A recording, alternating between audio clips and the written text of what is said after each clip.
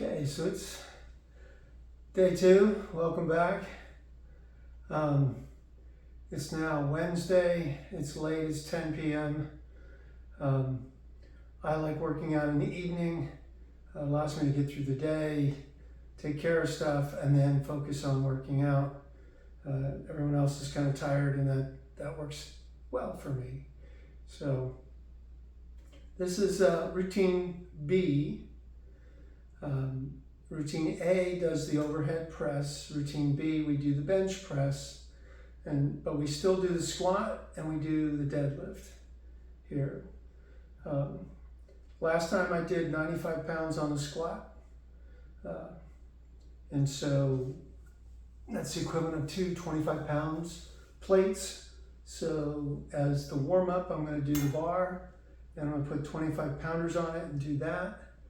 And then for the working weight, I'm going to put another 20 pounds on that to go to 115. Still quite light for me, but again, trying to work through a bunch of stuff. Didn't have very much soreness, very happy about that, maybe in the elbows. One of the things I noticed over the years is after a workout like squats, my knees will get a little wobbly for like an hour. And I saw that on Monday. I was trying to go upstairs at work and I was kind of turning the corner as I went. I was feeling my oats, feeling pretty good. And my knee felt some kind of little pain in there, a little discrete pain. I was like, whoa, back. Don't be so aggressive. Your knee is trying to recover from the squat. Didn't seem like a whole lot, but it was taking all those tendons and working them, making them a little looser. And so that's my only analogy, is that the cartilage and stuff in your knees can start to feel it. So the point being for me is when I go after a squat workout, usually, like I said, it's like an hour or two where going down steps might incur a little pain in my knees. It's not sharp, it's not persistent, it's just very uncomfortable for a short period of time. I'll take Motrin, that will help knock it down, and later in the day, it'll be gone. Like it was never there. I found that I have to be aware of it, account for it, so I don't cause some greater injury along the way. So here we go. We're going to work up, like I said, on the empty bar. The empty bar allows us to stretch the muscle through the range of motion without a super big load on it. So we're rehearsing that movement, the body's getting used to it, and we're allowing gravity to stretch out our hips, thighs, butt, calves, ankles, all of that is stretched out along with our shoulders and everything else. So practicing our breathing.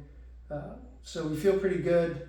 If it's a little stiff, we'll see, maybe I'll do another set in the middle, but for right now I'm going to try to give this a go. So here we are.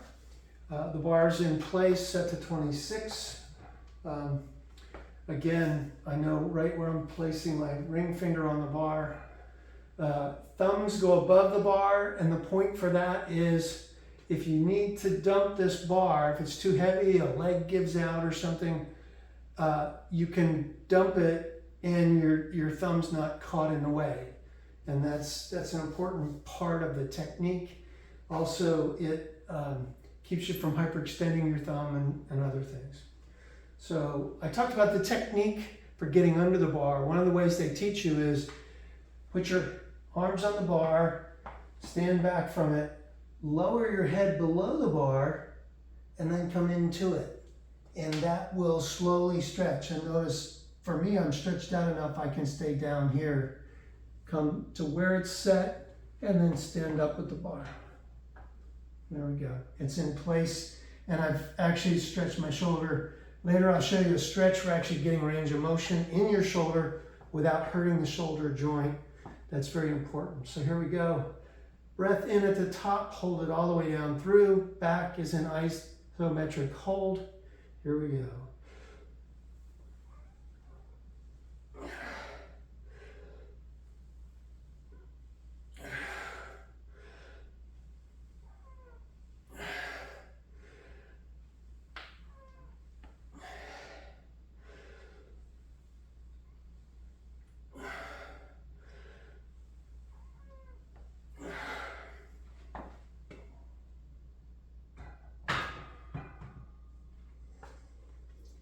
Feeling pretty good, feeling pretty stretched out. So let's throw 25s on it and see how it goes.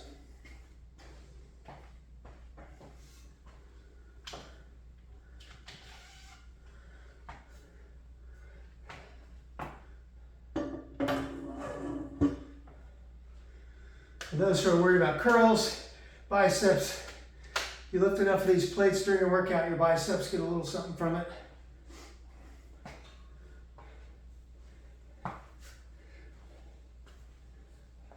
These plates are bigger, so I want to be on this side of the bar so that it's close to my center of gravity. Make sure my toes aren't underneath it.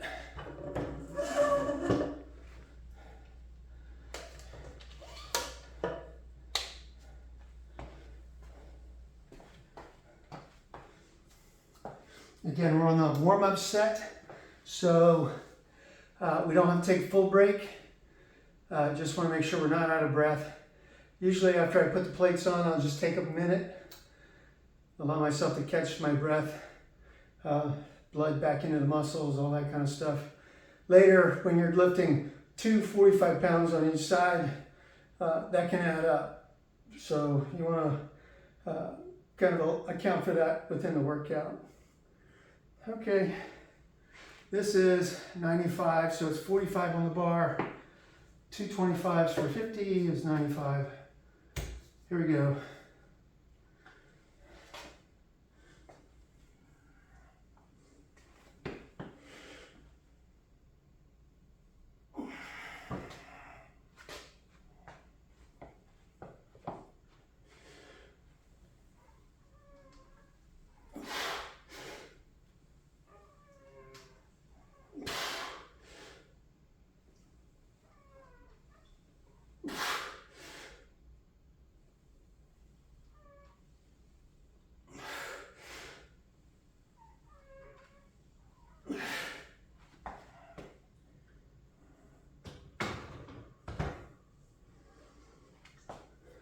Okay, let's put 10s on each side.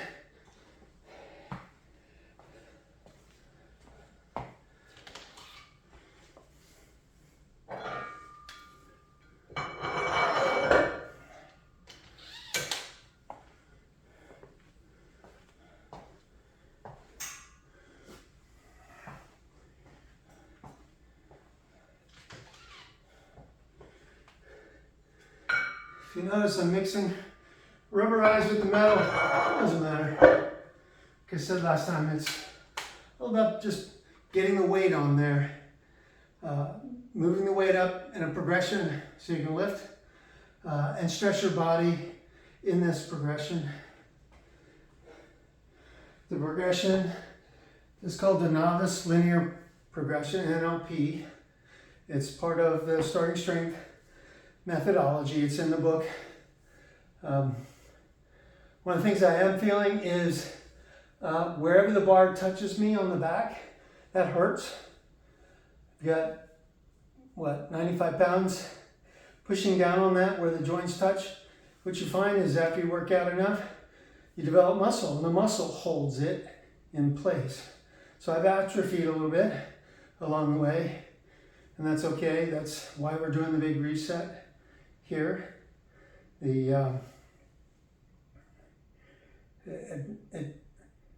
It will all adjust and change over time, and you'll be happy with the result. So one of the things I want to make sure people think about is allow yourself to feel pain, as long as it's not persistent pain, sharp pain. We all know that. If you cut yourself with a knife, you know that pain. That's a stop, fix the pain kind of thing. Drop a weight on your toe, throbbing. We know we got to stop, fix that.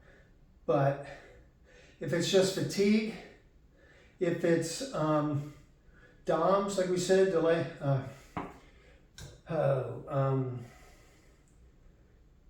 onset of muscle soreness, which is lactic acid buildup in the muscles. It's a natural byproduct of the motor neurons moving. So if you don't get that lactic acid out, it's a toxin, and that will make your muscles stiff. And that's a part of working out. The one thing that research has shown, performance medicine sports performance study shows that the contraction of a muscle, that's concentric. The opposite is eccentric, is extending the muscle under load, sometimes called the negative rep. And the other one is isocentric or isometric, is holding it steady under load. So some people will actually try to work out this way. We find under starting strength that you get the most benefit from the maximum movement of that muscle through a range of motion and or groups of muscles. A compound exercise like the squat is multiple muscles through a full range of motion as you do that. The important thing in terms of DOMS is that you experience less muscle soreness if you work the muscle in the concentric mode. So if you're curling, the bicep won't be as sore as if you overload it, have a partner put a whole bunch of weight on the bar and then fight it down. You're actually extending the muscle under load. You will develop a lot more soreness by doing it that way. Bodybuilders do that a lot because it will cause micro tears and stuff in the muscle and force the muscle to adapt, meaning grow. That's how they're going to grow muscle. We're not looking at necessarily growing big, huge muscles like a bodybuilder. We're trying to grow strong muscles. Starting strength looks at using the concentric method or mode of load to the maximum. Because of that, we don't feel as much DOMS. However, when you're doing a reset, like I am, where you're out of shape, even the concentric is going to cause some muscle soreness. And I felt that through the week, even a little bit this morning, so I'm getting over it. Important tip for people like myself, a little bit older, your joints and stuff will experience pain. I have found that I'm more consistent if I take some Motrin prior to the workout. I don't take it all day. I take it 30 minutes or so. I'll also take a pre-drink as well, but I put the Motrin in. It avoids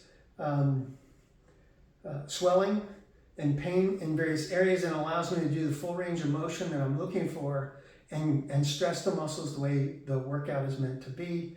And so I do recommend that if you can take Motrin or Aleve or something like that, your body can tolerate it.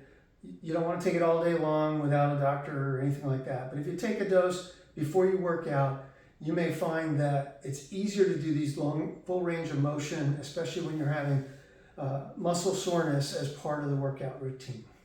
So here we go. This is the working weight. We're going to do 3 sets of 5 at this for today. And so this will be set number 1.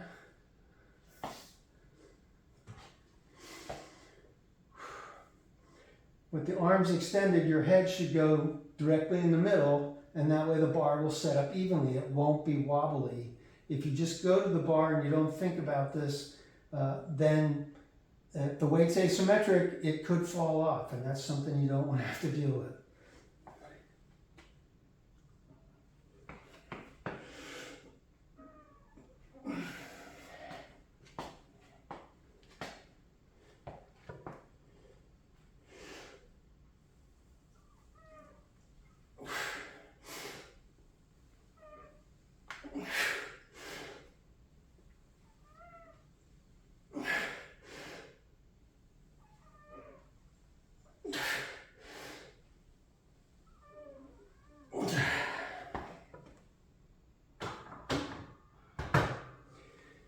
Into the uprights and then down into the J hooks.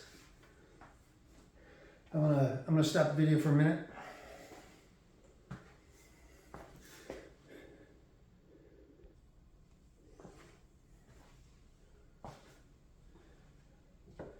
Is that a full rest period?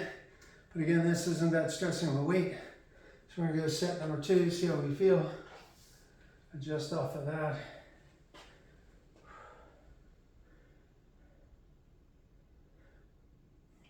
One of the things I want to point out before I get started, you notice I come up with the bar and I don't move away. that initial lift, after a while, you'll get a sense for how that feels. If something feels wrong, I've had it where I put the wrong weight on.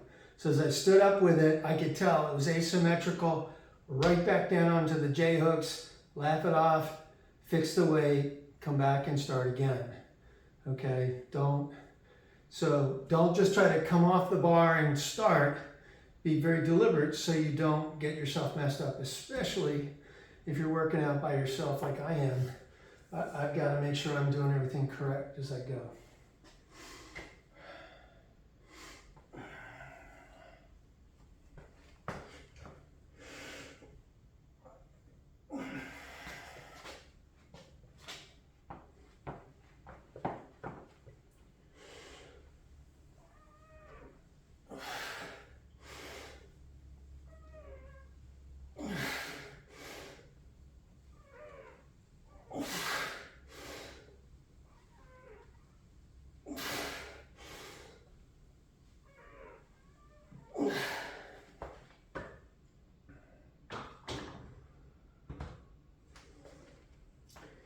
Okay, still feeling good.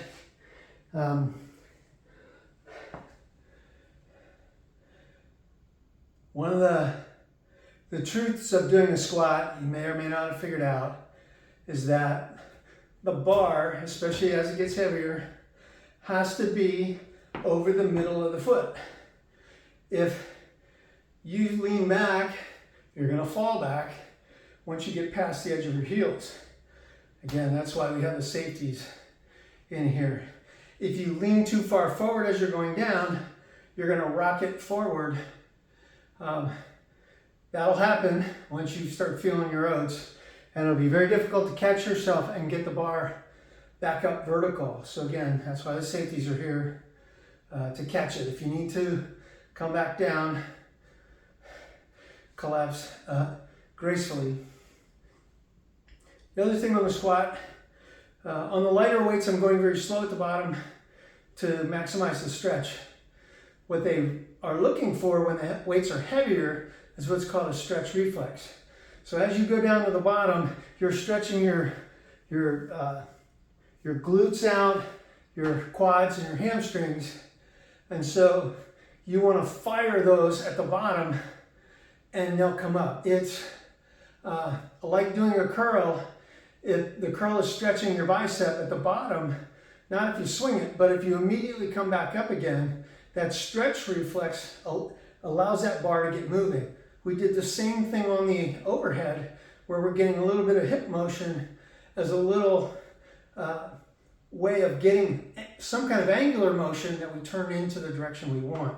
So as the weight gets heavier, you want to start to incorporate that stretch reflex at the bottom, not stay down there, but go down, get to full depth, and then right back up again, so that the muscle is more into a range where it can actually have mechanical advantage over the weight. And the stretch reflex of the tendons and everything else kind of help the muscle as they start to fire, right? Your body has to figure out how many muscle neurons it needs to move the bar. That's how it's going to do it. So if you're struggling, they tell you to struggle for at least 5 seconds. So as you're trying to come up, keep pushing, because your body is going to fire more and more motor neurons till it gets enough of them involved to bring that weight up. If after 5-10 seconds it won't move, it's not going to move.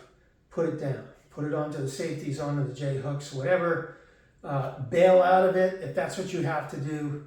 But they want you to struggle for at least 5 seconds so that your body has a chance to involve more and more motor neurons, which are the muscle heads, to lift that. And that's how your body adjusts. You don't fire all motor neurons to lift a salt shaker compared to a 25-pound weight.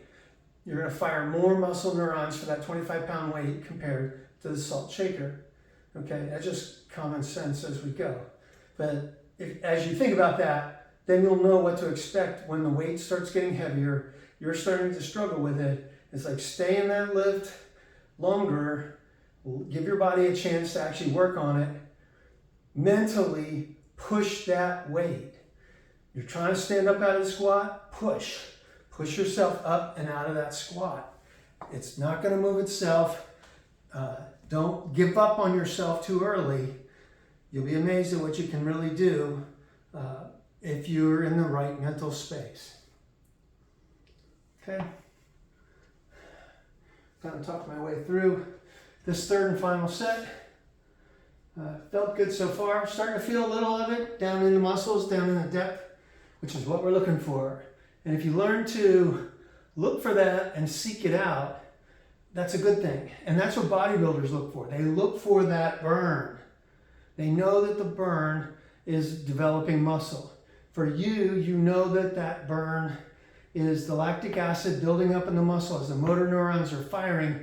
That's a signal that you're involving more and more motor neurons.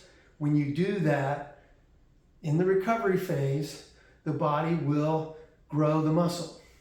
And that's what we're looking for is developing muscle strength through growth. Here we go.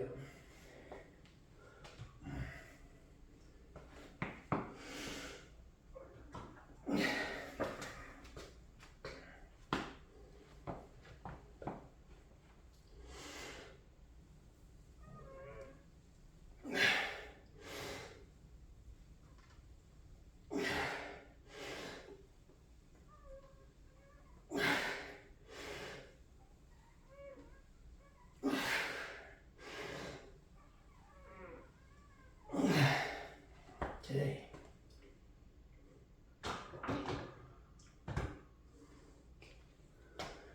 All right, feeling good. Next exercise, like you said, is the bench. I've got to take the weight off, put the bar down on the safeties, lower the J hooks, and then set up for the bench to start doing the bench press. We'll have a video at some point that discusses the proper technique. There's also proper technique out on the Starting Strength website. I encourage people to go do that, read the book, all of it. This is my interpretation. I'm pretty confident with what I'm doing, but there's probably always something else that can be reviewed, added in there as you go along. So I'm gonna stop the camera while I rearrange things. I'll leave it on and get set up for the bench.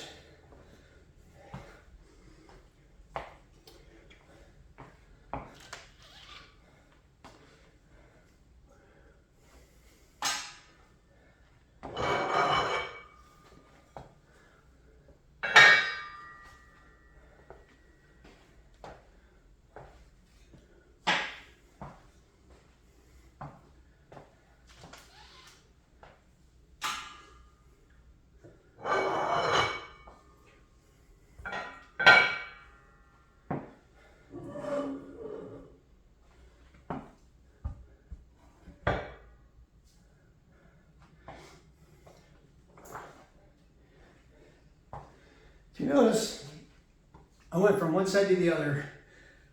The point there is, with the width of this cage, lifting cage, the bar can support multiple plates. But if I put too many plates asymmetric, too many on one side versus the other, the bar will come up, it'll dump all that weight off, make a huge noise. So one of the things I like to do is get no more than 45 pounds asymmetric, because the bar itself will overcome that along with the distance of the J hooks, especially when I'm by myself working on it. You want to think about that and not just strip all the weight off and suddenly the bar flips up, huge racket, and then you break something or hurt yourself, because that bar is going to come back down somewhere. And that's why you're seeing I took it off here. These are only 25, so it's no big deal. I probably could take all the weight off and it won't matter. But later when we get up to 225 and stuff, it will matter.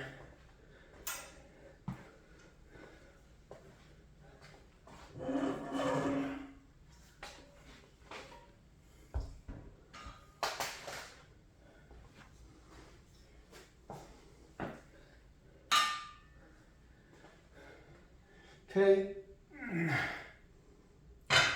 Curl it down onto the safeties. I believe I worked at 20. We're gonna have to check that.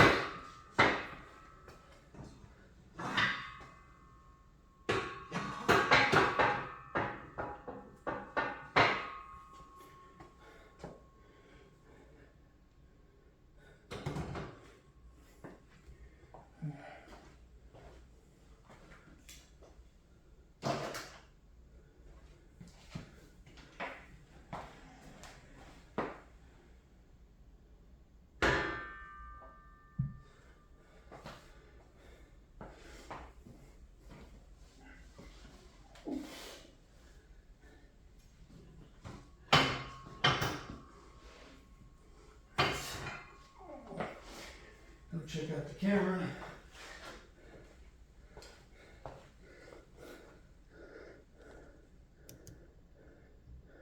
There we go. You can see I have the cross member down at the bottom.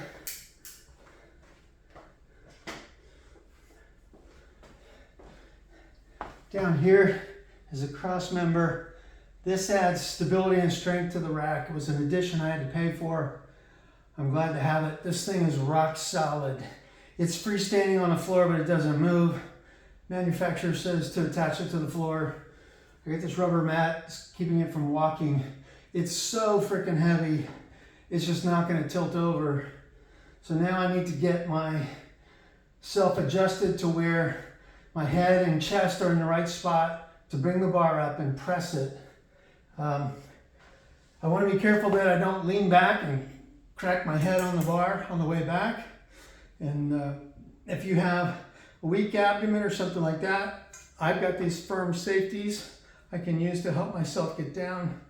Later, I just kind of rock down because I know I'll learn where to put my butt on the bench, that when I rock back, I won't hit this. And I just get into that pattern, and that allows it to go more effectively and safely.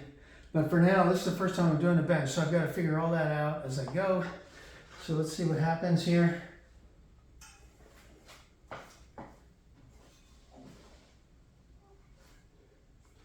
The goal is to get the bar, my eyes looking straight up on this near edge of the bar.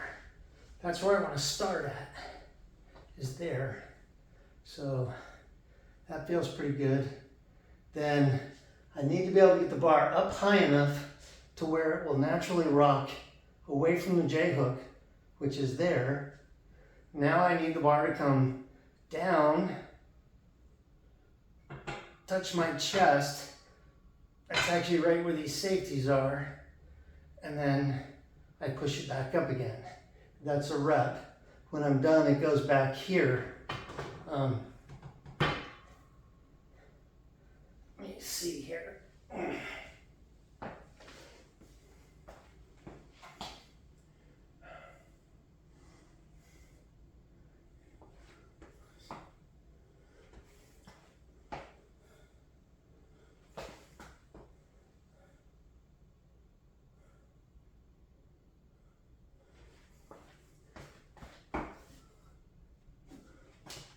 Make sure the bench is centered. We're gonna go with it like that. I may try to put a board, here I'll sit down here so you can see me, try to put a board or something to adjust the height. This is a different setup for me compared to what I had in the other house. I had boards in between, and that made a difference. So I need to again work through all of this.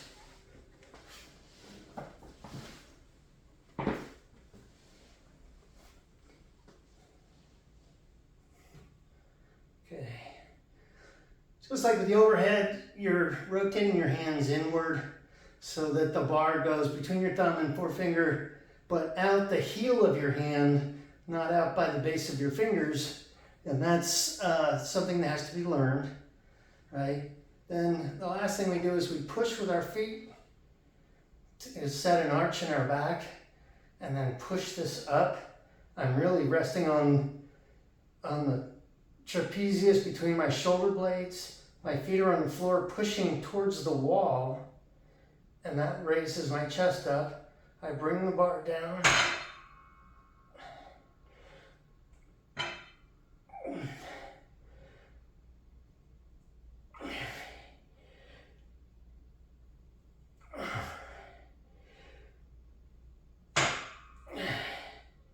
like I said, we arc to the J hook and then down the J hook. That's a very important part of the safety procedure when we do this.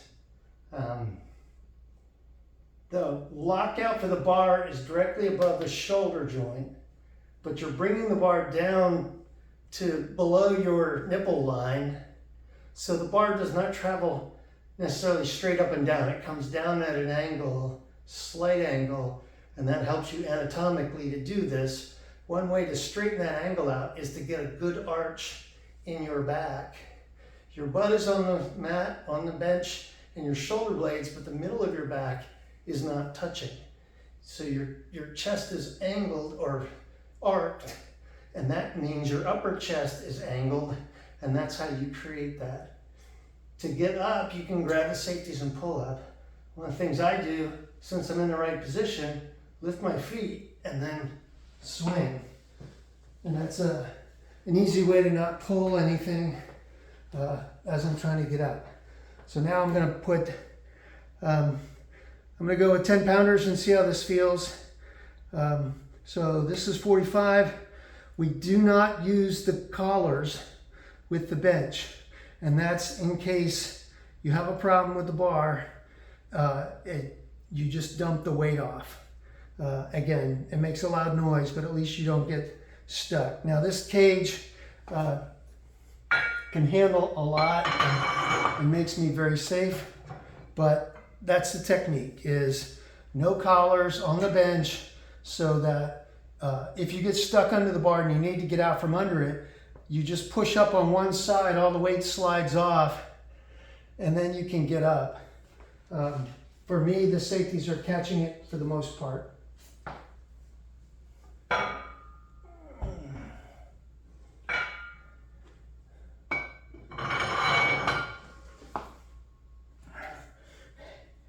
And you say, but wait, Tim, couldn't the weight slide off if I don't push it evenly?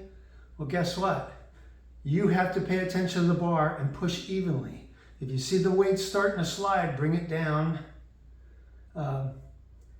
regroup, and or try to get it up to the J hooks. If it falls, it falls. That's why we have the safeties. What you'll find is that you can learn how to push it evenly. Your strong side will slow down and keep pace with the weak side. And so you're primarily trying to get the weak side going, and later as you add weight, both sides have to get stronger, but your body will learn how to push that symmetrically, and that will help you develop symmetrically as well. So here we go. This is now 20 with 45 is 65 pounds for a bench. Like I said, at one point I was benching 150 easily, all the way up to 190. So this should feel pretty good, but I haven't done this in a long time. So we'll see over the next couple of days how my chest feels when the DOM sets in.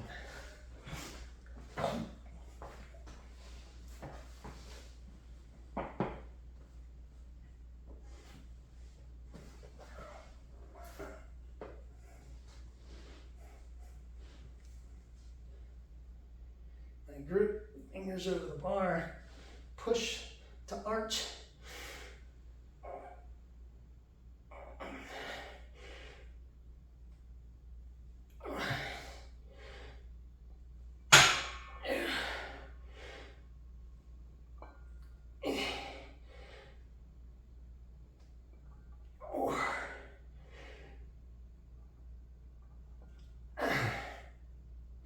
To the hook. Uprights and then down to the hooks. As I pull myself up. Okay. Put another 10 pounds on, then take a quick break.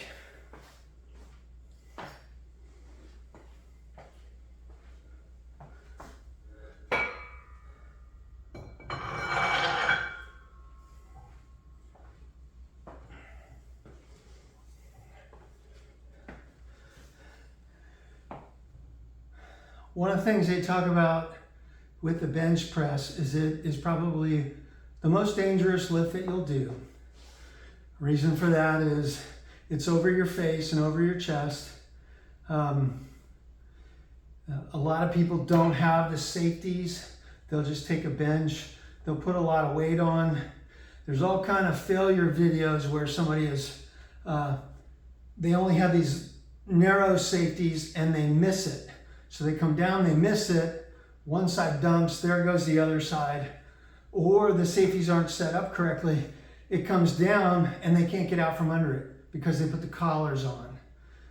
The other one, you'll see some people will not put the thumb around. So like with the overhead and the bench, you wrap your thumb around so that the bar can't slip out. You'll see bodybuilders and other guys just with their thumb on the outside of the bar, not around the bar. When that happens, if you get sweaty and that thing slips, where's that going? It's going right into your face. Your arm isn't even there to protect yourself. And that's going to come down into your ribs. Ribs are strong, but not 300 pounds strong or whatever happens to be on the bar, especially if it falls a foot or two into you. So be cautious, be safe, be deliberate. You want to get stronger, not hurt yourself and be in the hospital for a while or in a cast or any of those sorts of things. I think you get it. I just want to point that out. So if you're watching this and you're trying to figure out what to do, just know, don't be afraid of this. You'll like the way you look, you really will. When you start benching 150 up to 200, 250, one of my lifting partners from a couple years ago, big barrel-chested former Marine, could bench 250, no problem. I'm struggling at 150, but he's pushing that bad boy. And you could tell it was all coming back for him. So again, there's a reason for doing this, to be able to pick up your grandchild, to help somebody pick up bags of cement or carry bins of clothes or whatever. It's worth being strong. Strength creates mobility, creates a better life for you. That's the whole purpose for doing this, is to create a better life for you. So this is the next warm-up set. We'll see how this goes. If I like this, I'll put 10 more pounds, 2 5s on it, which would be 25, or maybe I'll swap it out, put the 25s on here, and do my working set there, 3 sets of that weight, and see where we go. So here we go, another warm-up set.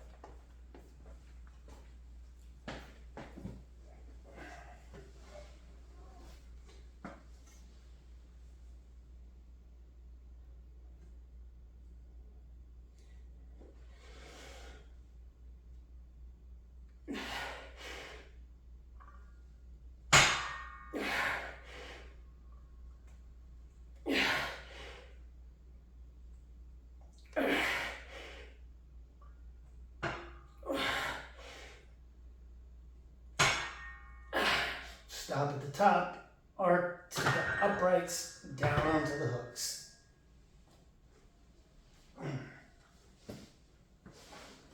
Okay, that does feel good. I'm going to put the 25s on it because it looks better when you got the big round weights on here. And then we'll do 3 sets of 5 for that. Call that a day. Feel pretty good. Then we'll move on to the deadlift and we'll be done. Get some water while I'm at it. Got to stay hydrated. Water is used in every cell of your body to create energy. It's not consumed by it. It just has to be there. It's a catalyst if you understand the chemistry. So if you're eating food, you should be drinking water or some liquid that has water in it so that you can create the energy you're looking to create from it. If you don't drink water, you're going to have a problem.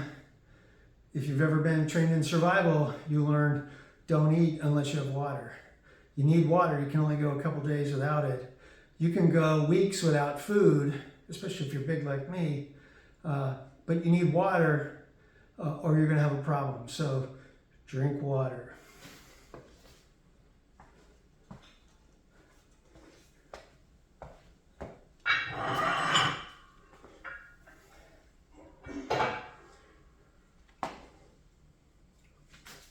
Okay, this is my York rubberized 25-pound weight. Again, the handles want to stay in the upright. Let go of it, it's going to go back. This bar uses roller bearings for the cuffs here, and that helps you with a lot of movement so that the weight moves separate from the bar. I can spin the bar here and the weight doesn't move, and that's very helpful. So during the lift, the bar does not create a torque on your wrists.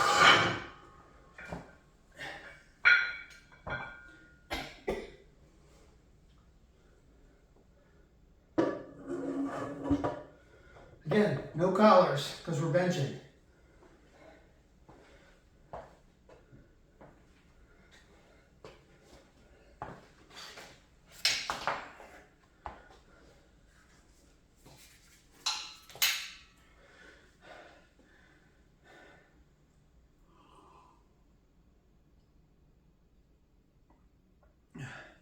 Bench is going to work the pecs and the tris in the back.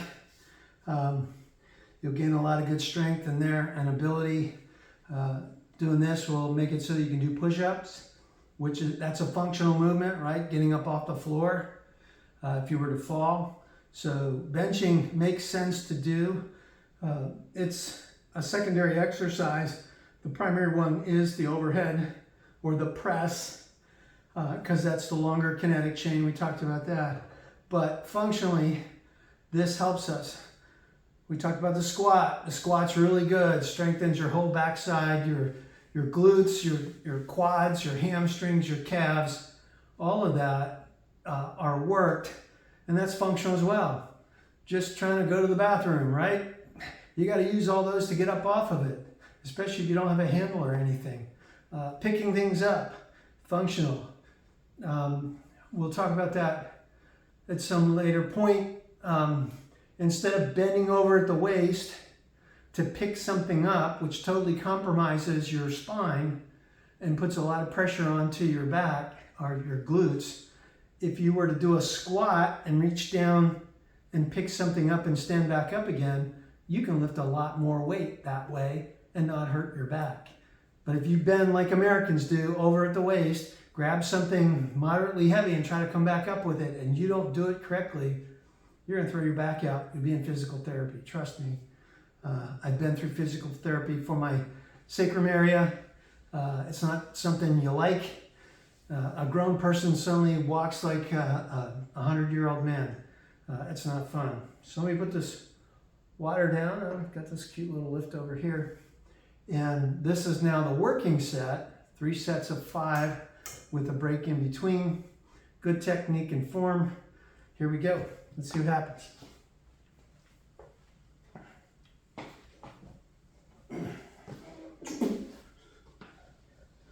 Okay, eyes are this side of the bar at the initial start. I put my hands, they're about 2 inches away from the neural, or onto the neural. My fingers are like a flute on the top, not fully wrapped around, but the thumb is wrapped around. Now, we talked about we're going to push with our feet towards the wall to create that arch in our back. Preload, take a breath, and press the bar up. Arc it so that it's directly over the shoulder joint. That's the start position. Take your breath down and back up. 1, 2, 3.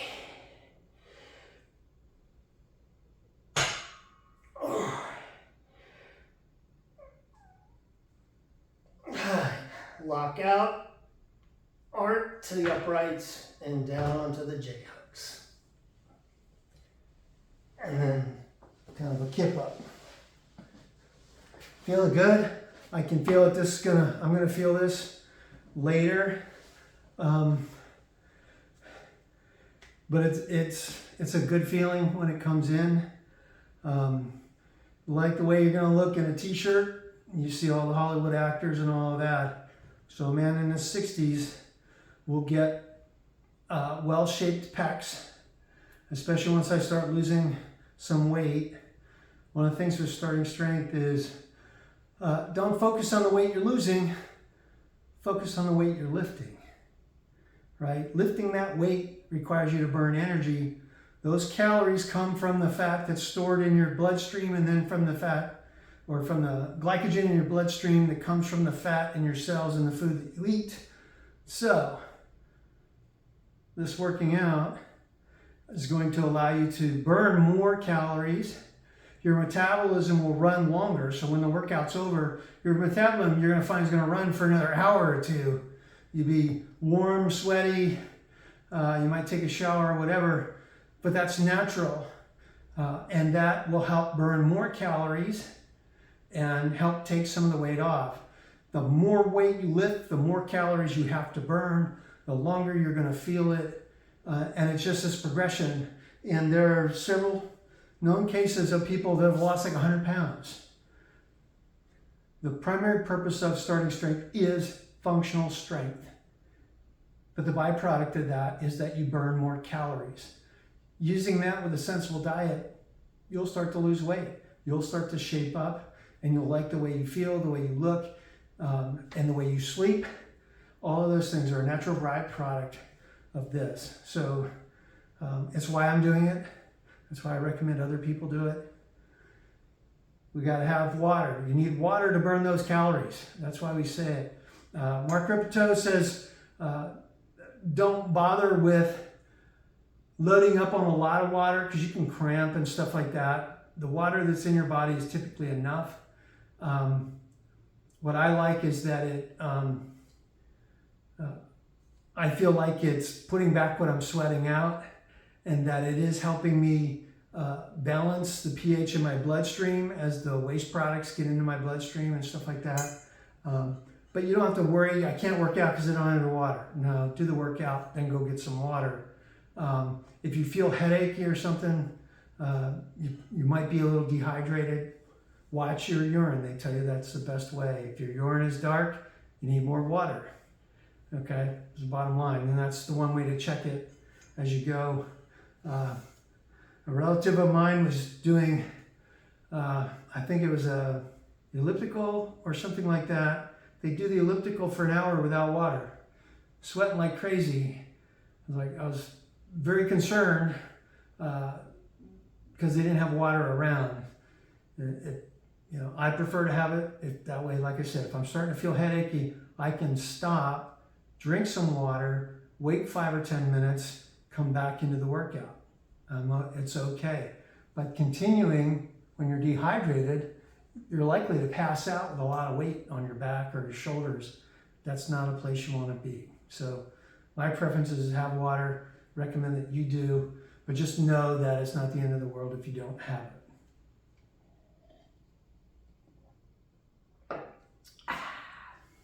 Here we go.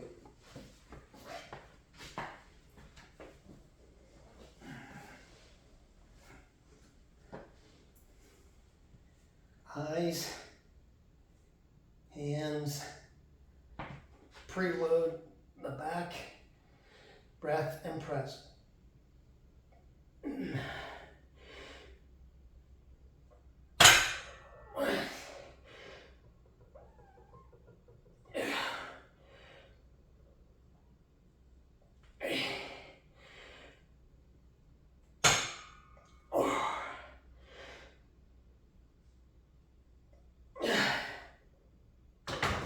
Uprights, down onto the J-hooks.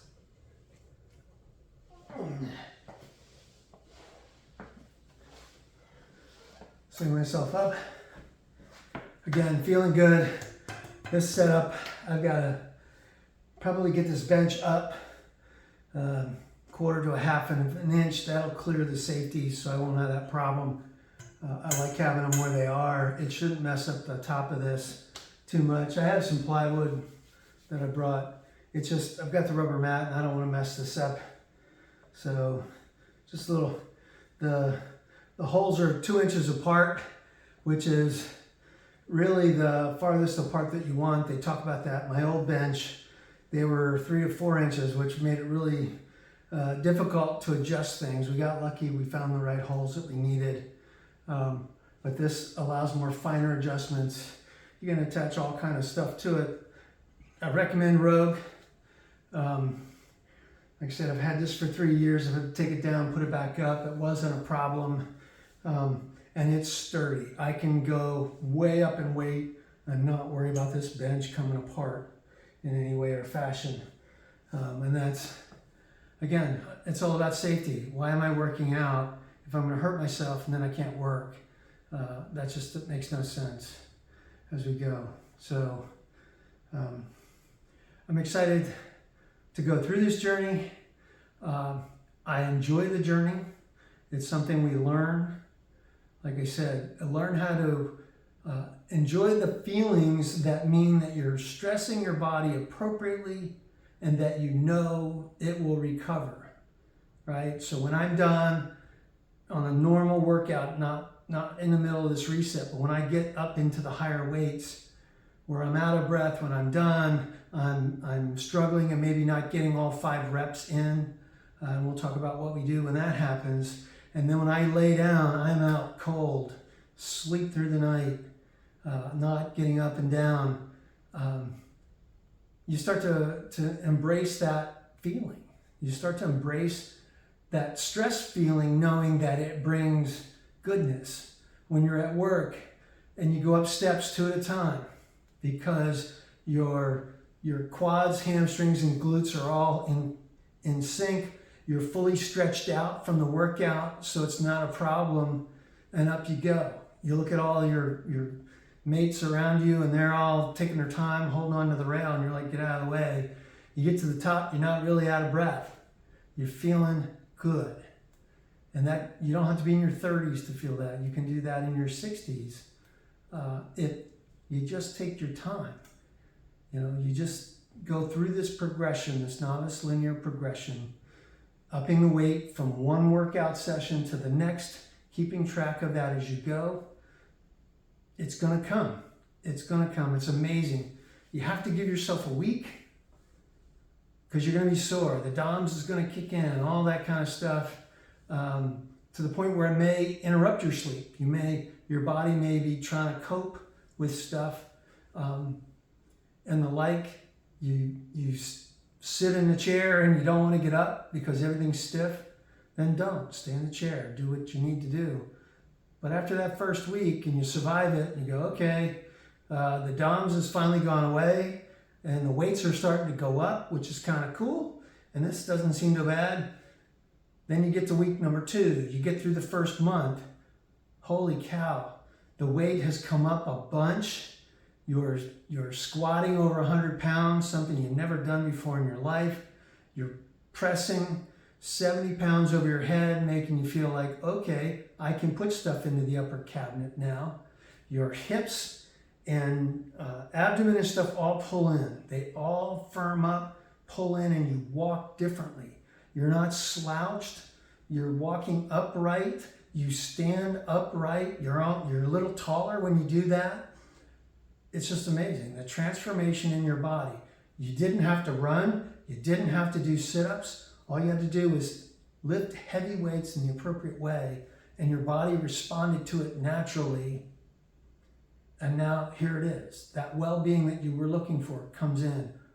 Oh, by the way, the other added bonus is your mental acuity comes up. I've seen this. I like to play Sudoku puzzles. And the speed at which I can do the Sudoku puzzles and the complexity of the Sudoku puzzles goes up as I'm working out. It's just an amazing thing. At work, my mind is freer. I'm able to get through work a lot quicker. A lot of the waste products are coming out of your body quickly. A lot of those built up toxins and stuff are cycled through. Because you're able to get up and down, in and out of chairs and up and down steps and all of that, your heart's not racing. Your heart rate will actually come down when you're resting. And so this just well-being comes over, and it includes that mental capacity. It's just phenomenal when it comes in. I don't know when it will come in, but you can bank on it. You really can. So we're going to do this last set here and get set up for the deadlift. Again, this is workout routine B, as in boy, and that involves the bench press, whereas workout A does the overhead press. So here we go, number 3.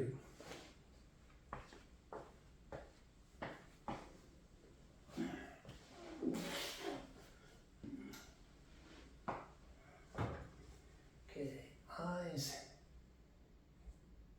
hands, preload and arch the back, breath, and arc out.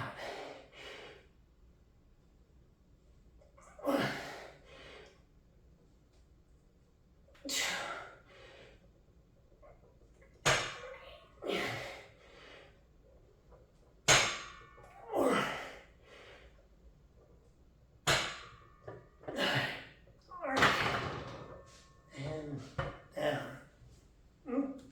Okay.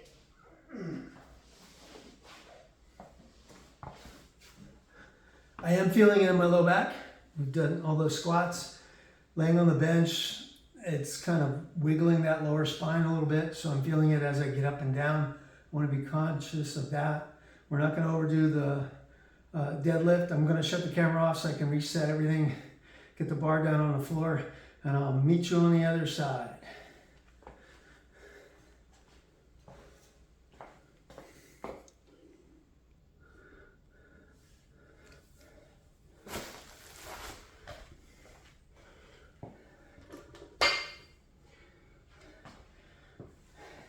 Okay, here we go.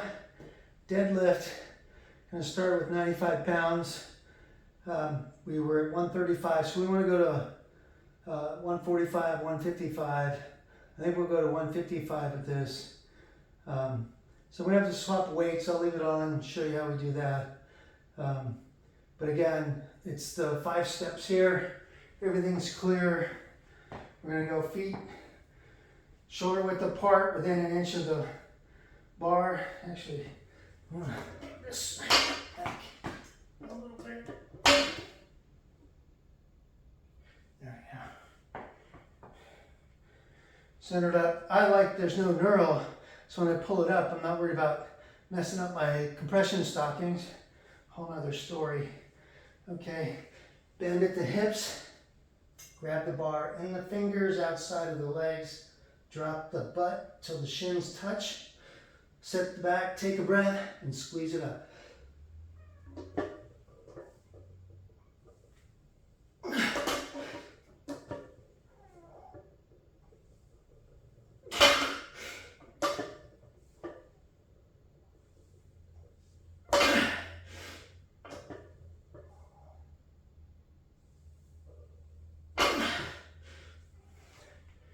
Okay.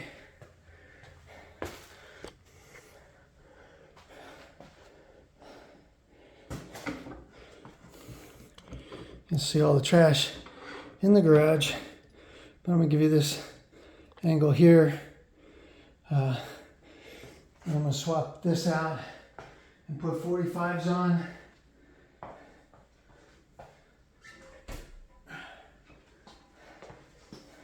I have a technique.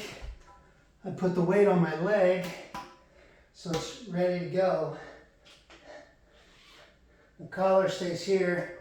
Now I'm using my knees and leverage. Put the off-going weight over here. Swing this one.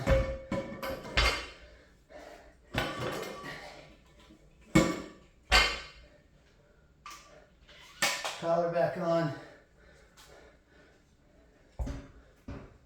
Weight goes away.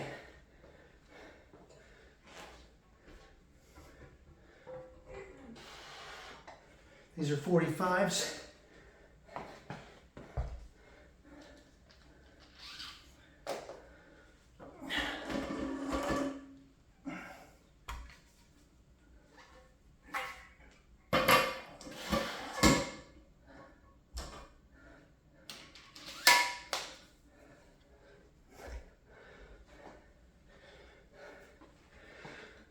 Okay, we're gonna take a moment.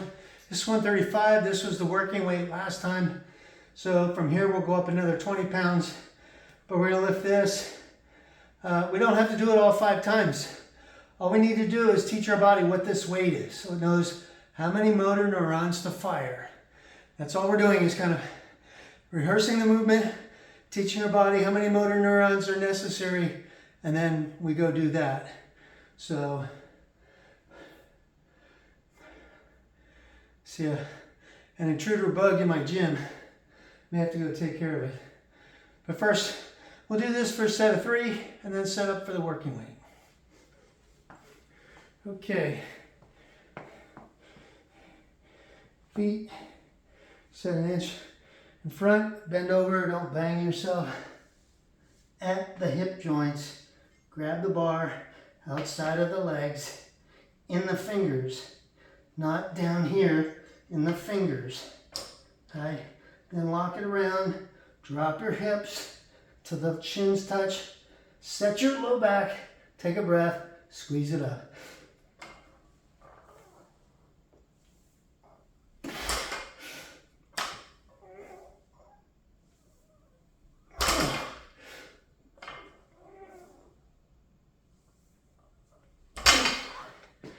Okay, that felt good.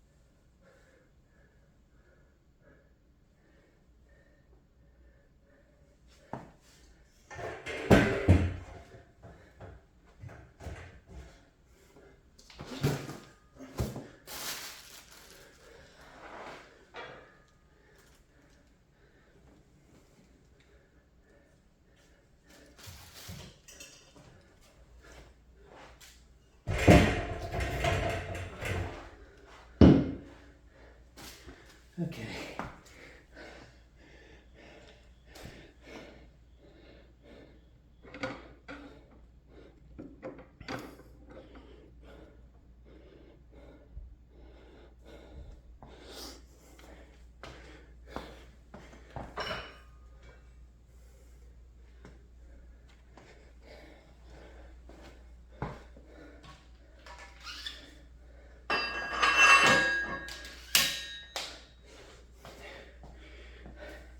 Here we go. We got now 2 10s on each side, so we're at 155. This ought to be a good weight. We'll see how it feels. I'm gonna try for a set of 5 and call it a day. Okay.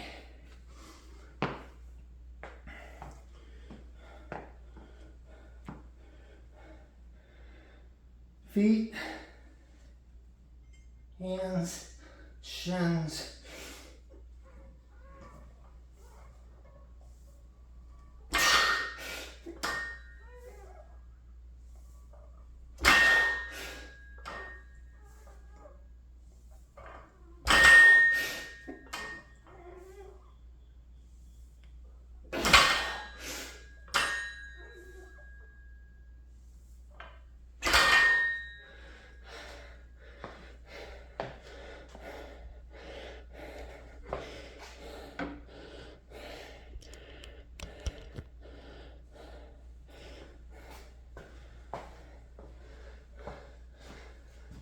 Okay, that's day 2. Felt really good. Weights are going up. We'll see how the body does tomorrow, how well I sleep. I'm sweaty, not dripping, but I'm sweaty. A little breathy, right? I didn't have to go run, didn't have to go sprint. I did 5 of those bad boys. For me, I know I can do 155. There's an element of confidence. When you start lifting weights that you're not familiar with, you'll be tentative. It's okay. That really is. You'll learn through technique to just try it. Like we said, give yourself 5 or 10 seconds with it before you give up on yourself, because that's who you're giving up on. And invariably, if you targeted a weight and you don't lift it, you go, no big deal. you'll regret it. And that's not a bad thing. It just means that you'll go, I didn't struggle hard enough, or maybe I didn't rest enough, this or that. The next time you come back, you'll be like, I want to do that weight. And guess what? You will have it adapted. You'll be able to do that weight plus more. So we're always factoring that into the novice linear progression. The other thing, I talk about sleep. Sleep is when your body grows muscle, not when you're awake. If you want to grow more muscle, develop more strength, you need more sleep. You also need to feed your body the building blocks to build the muscle and grow it, to heal your cartilage in your joints and everything else. And that is nutrition. That's why I supplement. And again, we'll talk about that later. So I'm supplementing. We talked about creatine for energy. We talked about sleep, hydration. What you'll find is your body's a chemistry set, and it will react to what you do and provide it. You give it the right stimulus in terms of weights, but that aren't too heavy, but in a progression, you give it rest, you give it nutrition, you give it the water, your body's going to react. Doesn't matter what age. I'm going to show you a video. Gentleman started in his 80s and is able to do starting strength. Now they had to adapt it because of issues he had with joints, but that's okay. That's part of the program. He was able to deadlift more weight than I just did there. And he was in his 90s. Okay, so it's possible. Anyone who tells you that you can't, they're wrong. Anyone who tells you you should lift light weights, they're wrong. Be polite. Go, yep, I got it. Understand, I'm doing starting strength.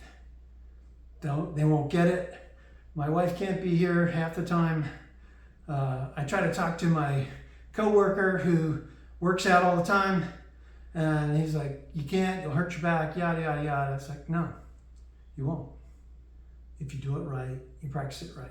So with that, thank you for sharing this journey. I wish you the best in all that you do. I'll check in with you later. We are going to Ohio next week, so we're going to see what we can do in terms of workouts and videos, but I will let you know what the progress is.